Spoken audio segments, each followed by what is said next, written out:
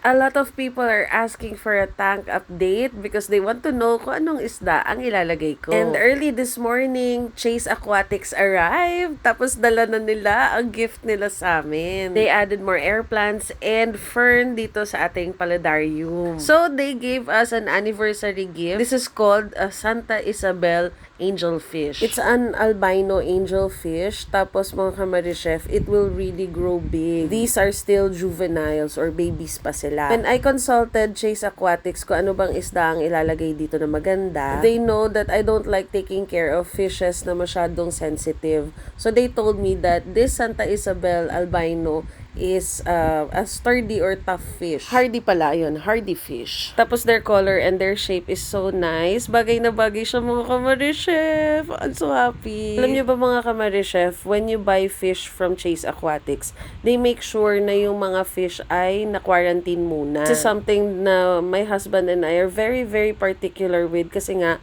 namatayan kami ng mga discus noon. O, dahil nga dito sa Chase Aquatics, they quarantine the fish first.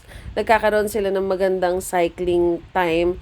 Tapos maganda yung mga beneficial bacteria na ginagamit nila. So, kapag ni-release sila sa tank namin, nagbabangga yung mga bacteria na meron sa water nila at saka sa water namin. O, diba? So, nagbibenta rin sila ng mga aquatic plants at nagsusupply din sa ibang mga pet shop, pati ng mga fish. Ayun lang mga kamar chef. Bye-bye!